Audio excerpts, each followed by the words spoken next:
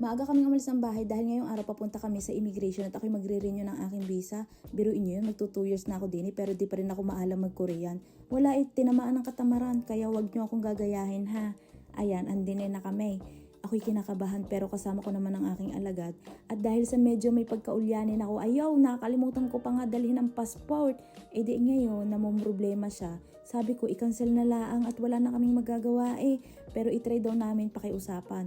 Buti mabait yung officer, okay lang daw na wala. Kung sa Pinas iyon ay di aari, apakabilis din ang proseso dito, biruin nyo wala pang 10 minutes okay na. At dahil very good yung isang bata dyan, gusto daw niya ng tuna kaya pagbigyan na natin. Ayan, nakuha na niya ang gusto niya. Parang nung isang araw lang ay kami nagsashimi din.